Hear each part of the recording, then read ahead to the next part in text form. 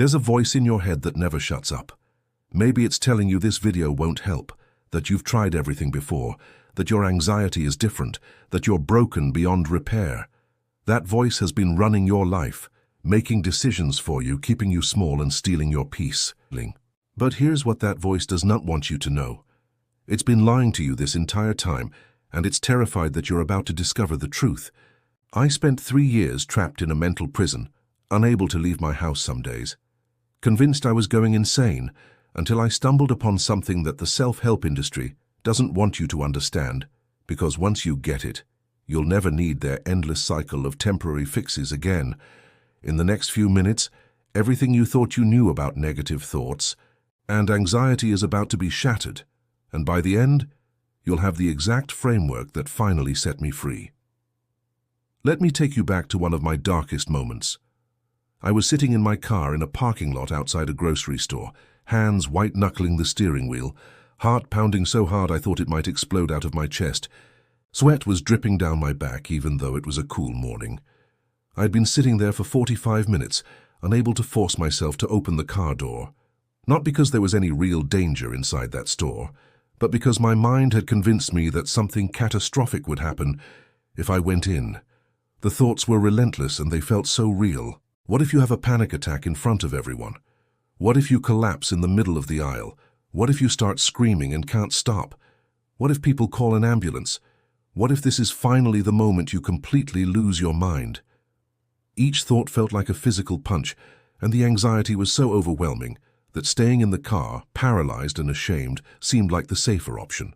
I eventually drove home that day without getting the groceries, and I remember sitting on my couch feeling like the biggest failure in the world. This wasn't just a bad day. This was my reality for months, actually years if I'm being completely honest. I had tried everything you can imagine. I read every self-help book on anxiety. I did positive affirmations every morning. I tried meditation apps, breathing exercises, therapy, supplements, you name it. And while some of these things helped temporarily, the anxiety and negative thoughts always came back, often stronger than before, like they were mocking my attempts to get rid of them. What I didn't understand then, but what I'm about to explain to you now, is that I was approaching the entire problem from the wrong angle. And chances are, you are too. See, everything we've been taught about dealing with negative thoughts is based on a fundamental misunderstanding of how the mind actually works. We've been told that negative thoughts are the enemy, that we need to fight them, replace them, push them away, or transform them into positive thoughts. We've been taught that if we just think positively enough, if we just affirm ourselves enough, if we just meditate enough, the negative thoughts will eventually go away and we'll finally have peace. But here's the truth that nobody wants to tell you. This approach doesn't just fail, it actually makes the problem worse. Let me start by explaining what's actually happening in your brain when negative thoughts and anxiety take over, because once you understand this, everything else will make sense. Your brain has one primary evolutionary job, and it's not to make you happy. It's not to help you feel confident. It's not to support your dreams and ambitions. Your brain's number one job is to keep you alive. That's it. And to accomplish this mission, your brain has evolved over millions of years to become an incredibly sophisticated prediction and threat detection machine. Every single second, your brain is taking in massive amounts of information from your environment and from your body, running it through your past experiences and memories, and making predictions about what might happen next and whether those things could potentially harm you. This process happens automatically, below your conscious awareness, and it's incredibly biased toward detecting potential threats. This is called negativity bias, and it exists because for our ancestors, missing a potential threat could mean death. The ancestor who saw a shadow and thought it might be a predator and ran away lived to pass on their genes, even if it was just the wind 99 times out of 100. The ancestor who was optimistic and assumed every shadow was harmless became lunch. So we're all descended from the anxious, paranoid ancestors, and we've inherited their threat-focused brains. Now here's where it gets really interesting and really important for understanding your anxiety and negative thoughts. Your brain doesn't just detect threats in your external environment, like predators or dangerous situations. It also treats uncertainty itself as a threat. Think about that for a moment. Uncertainty, not knowing what's going to happen, not being able to predict or control the future, triggers the same threat response in your brain as an actual physical danger. This made sense for our ancestors because in a world full of real predators and harsh conditions, uncertainty often did lead to danger. But in our modern world, we face very little actual physical threat on a daily basis. We're not worried about being eaten by a lion on the way to work. Instead, most of our threats are social, psychological, or existential. Will people think I'm stupid if I say something wrong? Will I be able to pay my bills next month? Am I making the right career choice? Is my relationship going to last? What if I develop a serious illness? What if I fail at this important thing? All of these are uncertainties, and your brain treats every single one of them as a potential threat that needs to be solved immediately. So what does your brain do when it detects a threat or uncertainty? It generates thoughts. Lots and lots of thoughts. These thoughts are your brain's attempt to help you solve the problem, avoid the danger, or at least prepare for the worst-case scenario. Your brain essentially says, let me think through every possible bad thing that could happen so you can be prepared. And let me remind you of all the times things went wrong in the past so you don't make the same mistake again. And let me criticize you and point out all your flaws so you will work harder to fix them and be safer in the future. From your brain's perspective, these negative thoughts are helpful. They're protective. They're your brain trying to do its job of keeping you safe. But here's the problem. These thoughts feel true. They feel like facts. They feel like accurate representations of reality. When your brain says you're going to fail, or people are judging you, or something terrible is about to happen, it doesn't feel like a random thought or a hypothesis, or your brain just doing its threat detection thing. It feels like the truth, like insight, like something you need to pay attention to and solve immediately. And this is where we get into trouble, because the moment you believe a thought is true, the moment you take it seriously and engage with it as if it's providing accurate information about reality, you've fallen into the trap. Let me explain what I mean by using a simple example. Imagine you're about to give a presentation at work, and the thought pops into your head. Everyone is going to think I'm incompetent. Now, if you believe this thought is true or might be true, what happens next? You start engaging with it. You might think, well, what if they really do think I'm incompetent? That would be terrible. I might lose my job. Then I couldn't pay my rent. I'd have to move back in with my parents. My life would be ruined. Or maybe you engage with the thought by trying to argue with it. No, that's not true. I'm actually very competent. I've done good work before. People have said nice things about my presentations in the past. But notice what's happened in both scenarios. Whether you're agreeing with the thought and catastrophizing, or disagreeing with the thought and trying to reassure yourself, you're still taking the thought seriously. You're still treating it as if it's providing accurate information that needs to be addressed. And here's the kicker. The more you engage with these negative thoughts, the more you try to fight them or fix them or figure them out or prove them wrong, the stronger they become. There's actually a famous psychological experiment that demonstrates this perfectly. In this study, participants were told to not think about a white bear. Just don't think about white bears for the next 5 minutes. Can you guess what happened? The participants couldn't stop thinking about white bears. The act of trying not to think about something actually makes you think about it more. This is because your brain has to keep checking whether you're thinking about the forbidden thing, and each check brings the thing back into your awareness. The same principle applies to negative thoughts and anxiety. When you try to push away a negative thought, when you try to stop thinking about something that worries you, when you try to replace a negative thought with a positive one, you're actually strengthening the neural pathways associated with that thought.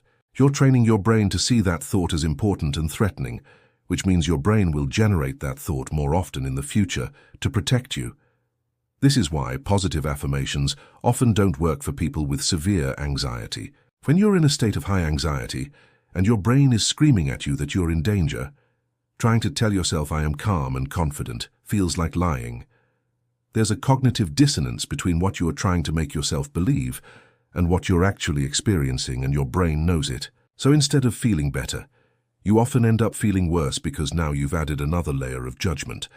Now you're not just anxious, you're also failing at being positive. So if fighting negative thoughts doesn't work, if trying to replace them doesn't work, If pushing them away doesn't work, what does work? This is where we get to the framework that changed everything for me.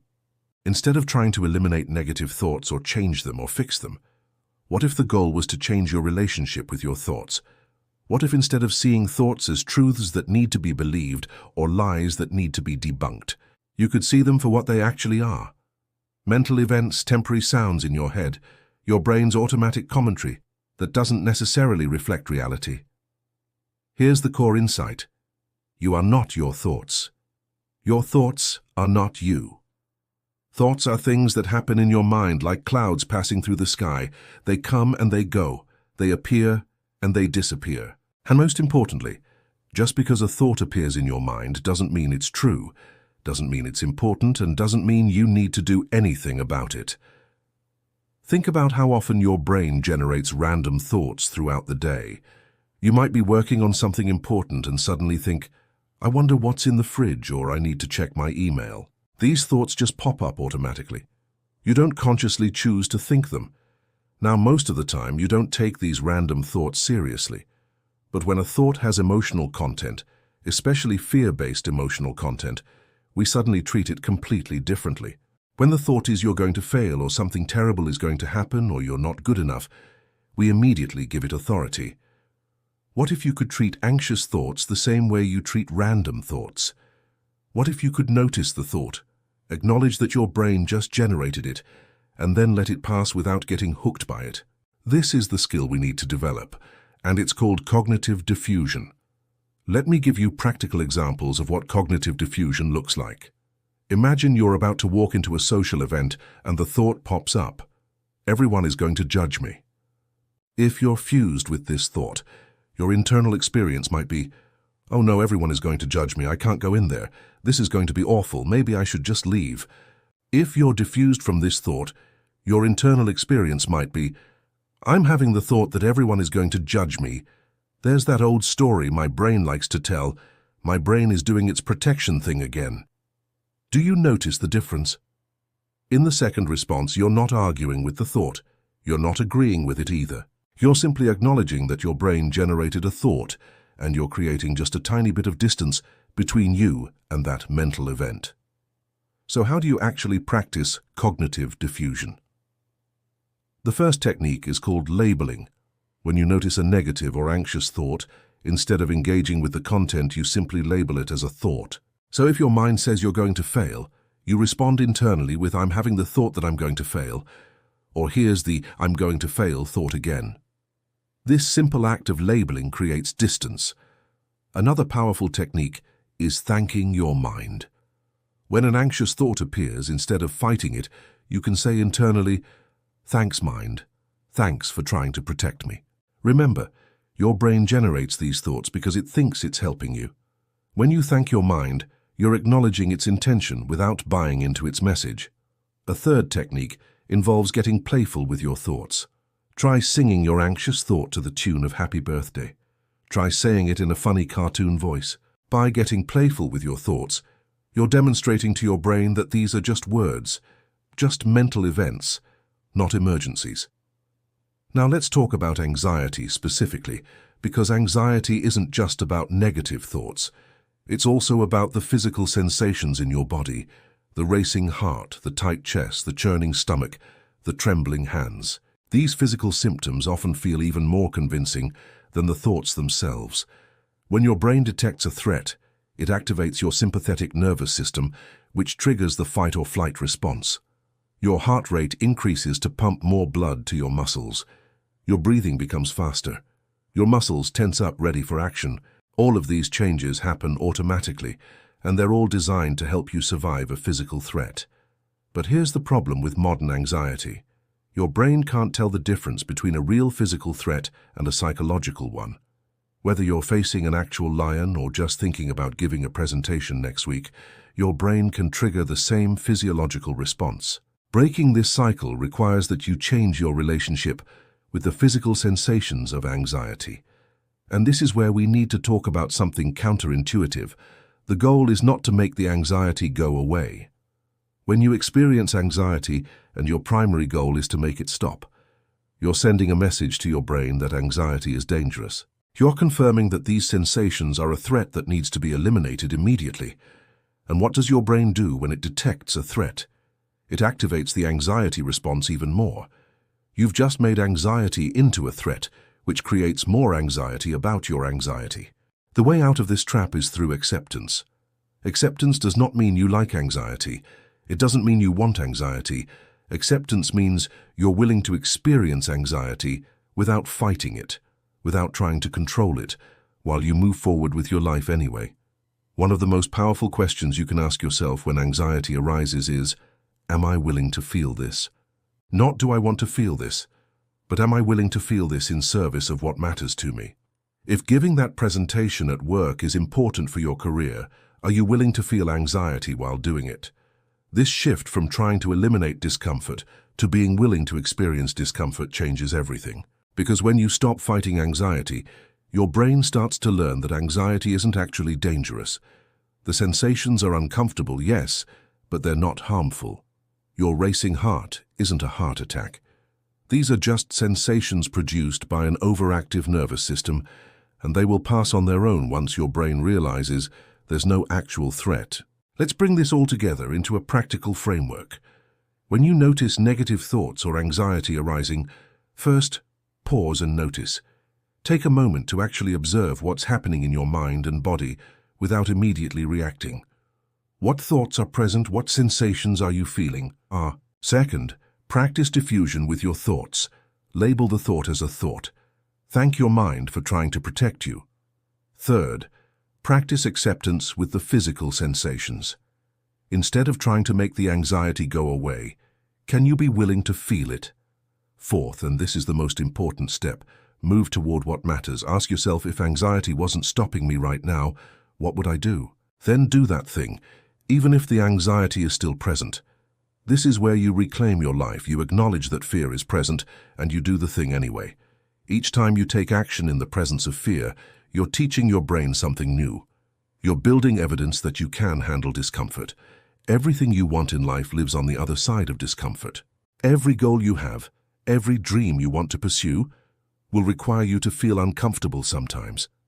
Anxiety is not the obstacle to the life you want. The belief that you need to eliminate anxiety before you can live fully is the obstacle. The moment you're willing to feel anxiety and move forward anyway, that's the moment everything changes. You're not broken. You don't need to be fixed. You just need to stop fighting yourself and start moving toward what matters. So start today. Notice your thoughts, create distance from them, accept the discomfort, and move toward what matters. Your life is waiting for you.